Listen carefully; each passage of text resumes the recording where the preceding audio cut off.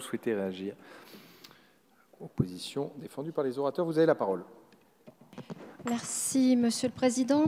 Alors, je n'ai pas l'habitude de prendre la parole pour le simple plaisir de prolonger les débats ou d'avoir le dernier mot.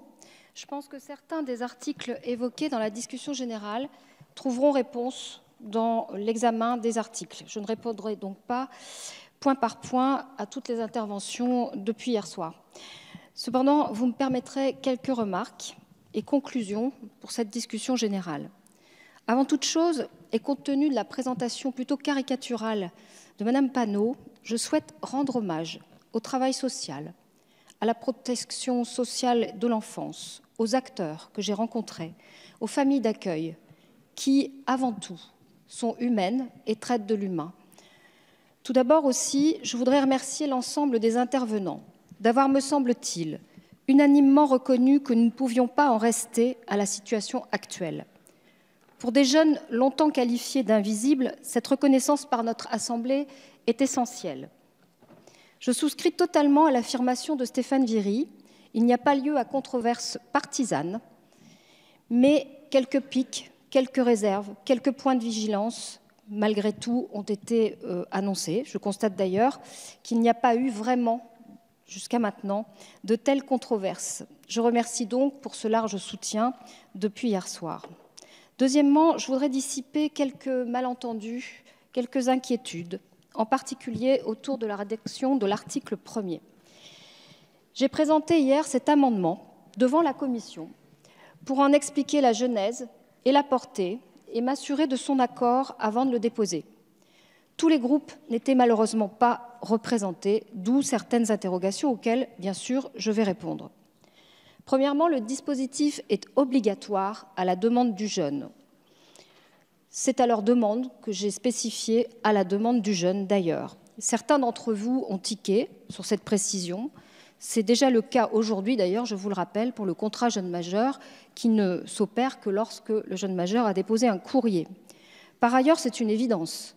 Dès lors qu'un jeune accède à la majorité, il n'est évidemment pas juridiquement possible de lui imposer un contrat si ce n'est lui qui le demande. Et d'ailleurs, c'est dans la même démarche d'autonomie que nous nous engageons aujourd'hui. C'est normal que ce premier geste se fasse par lui-même.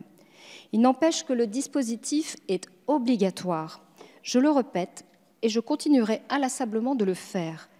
Madame Firmin Le Bodo, qui n'est pas là, s'était inquiétée de l'éventuel dépôt d'un amendement du gouvernement qui substituerait à cette obligation une simple incitation à le faire. Il ne vous aura pas échappé, tout d'abord, que je ne suis pas membre du gouvernement, mais dans mes échanges très nourris avec celui-ci ces dernières semaines, à aucun moment cette idée n'a été évoquée. J'y aurais d'ailleurs été totalement défavorable. Madame Faucillon part du caractère peu précis de la date de prise en charge. Je rappelle que nous le déclarons obligatoire et jusque 21 ans, donc plus ambitieux que ce qu'elle nous propose puisqu'elle nous demande seulement sur 2 ans. Le dispositif proposé est également plus ambitieux que le contrat jeune majeur, qui ne disparaît pas, je tiens à le dire. Tous les départements pourront continuer à leur libre arbitre de faire des mesures à eux et de les prolonger. Madame Firmin Le Bodo y voit un filet de sécurité minimale. Je pense qu'en fait, c'est le contraire. C'est le contrat jeune majeur qui constituera et qui continue d'exister ce filet de sécurité pour les jeunes qui n'entrerait pas dans le nouveau dispositif proposé aujourd'hui. À ce propos, je veux répondre aussi sur les MNA, même si nous aurons bien sûr l'occasion d'y revenir. Dans la discussion avec le gouvernement sur cet amendement, j'ai accepté d'intégrer la condition d'avoir été à l'ASE durant 18 mois de 16 à 18 ans pour ce dispositif, ce qui n'exclut en rien, d'abord la protection qui s'opère sur les mineurs, sur tout le territoire français, ce qui n'exclut en rien, les conditions aussi de l'ASE qui peuvent toujours perdurer et les contrats jeunes majeurs. Je n'avais pas envisagé cette condition au départ. Toutefois, avec ces discussions, les échanges que j'ai eus sur le terrain, je tire la conviction qu'il ne faut pas pécher par angélisme. Certains travailleurs sociaux nous l'ont dit, les filières de passeurs se sont organisées pour tirer bénéfice de l'ASE.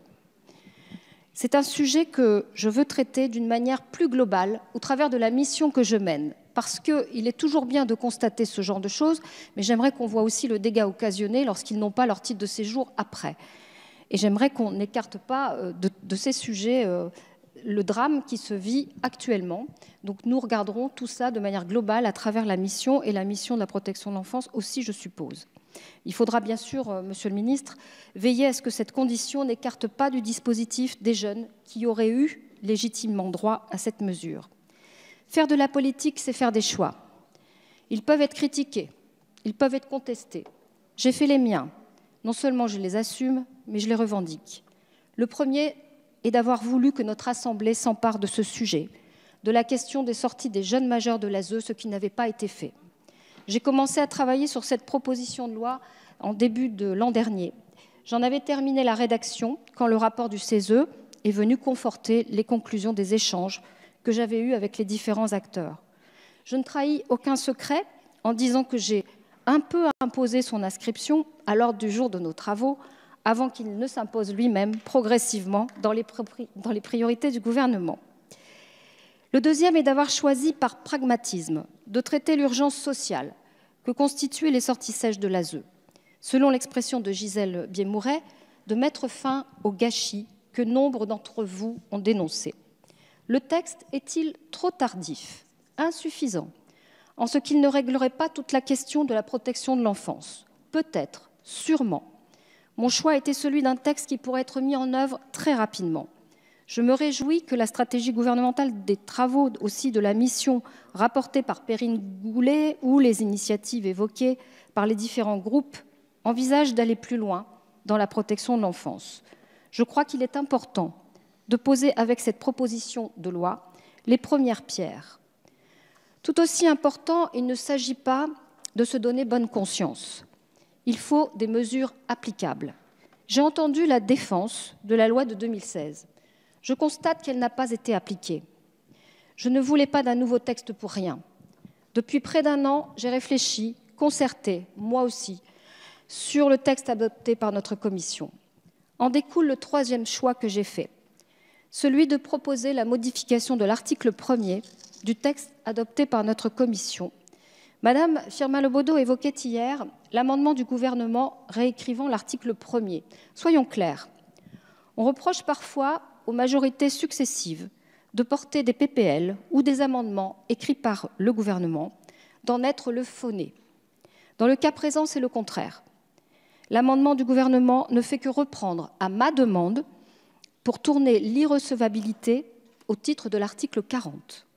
La modification que je voulais apporter au dispositif, cet amendement est le mien et je le revendique. Il crée une obligation de prise en charge qui n'existait pas. Il couvre jusqu'à 21 ans les besoins fondamentaux des jeunes, notamment en matière de logement. Il sécurise le quotidien, comme aurait pu le faire l'obligation du contrat jeune majeur initialement prévue. On aurait pu rester ainsi, en terrain connu, colmater les brèches, tenter de conforter le dispositif existant, et c'était bien ma première idée. J'ai voulu aller plus loin. Je remercie le gouvernement de m'avoir suivi dans cette voie. Avec ce nouveau dispositif, nous donnons en plus aux jeunes sortant de l'ASE les outils pour parvenir à l'autonomie. Nous leur donnons aussi ce que nous devons à tous les jeunes, la possibilité de voir plus loin que le quotidien, celle d'avoir des ambitions et des rêves, de faire aussi leurs propres choix. J'espère sincèrement que vous ferez celui de soutenir cette voie. Merci. Merci beaucoup, Madame la rapporteure. Monsieur le ministre, vous souhaitez intervenir ?